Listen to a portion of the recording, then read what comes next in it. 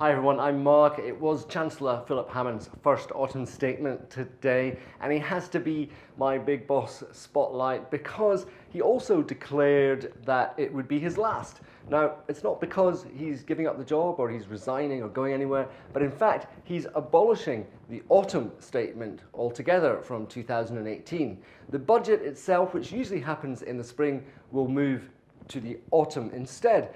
And in fact, in spring, there will just be a quick statement. Well, it got a lot of laughs in Parliament because it just sounded like he was moving things around. Now, what of the statement itself? Well, there were a few notable points. The personal tax allowance will rise to £12,500 by the end of the current Parliament. The 40% threshold rises to £50,000 for higher earners. There's a ban on upfront fees charged by letting agents in England. The national living wage to rise to £7.50 from April next year. Also lots of other things like reforms to compensation for whiplash to bring down the cost of motor insurance, and also a £2.3 billion fund to help provide 100,000 new homes. You've heard that somewhere before. In fact, the opposition said it was just a whole regurge of a lot of old stuff that we already knew.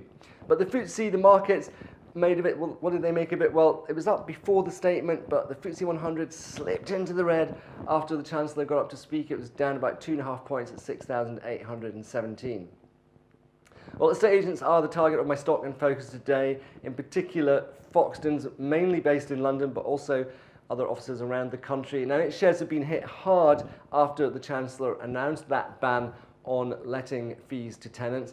The shares at Foxtons down more than 10% today at £1.10. But you know what? They have been in decline all year anyway. They're almost half what they were at the start of the year. Now, Foxtons is a fairly robust company. It does pay a dividend, and it could be one of those moments where sometimes you think, well, is it time to be brave and go in and buy the shares while everyone else is selling? A contrarian might say that the shares are attractively priced. If only I had the money. Well, that's it from me. Please do share, subscribe, and follow me on Twitter. I'll see you tomorrow.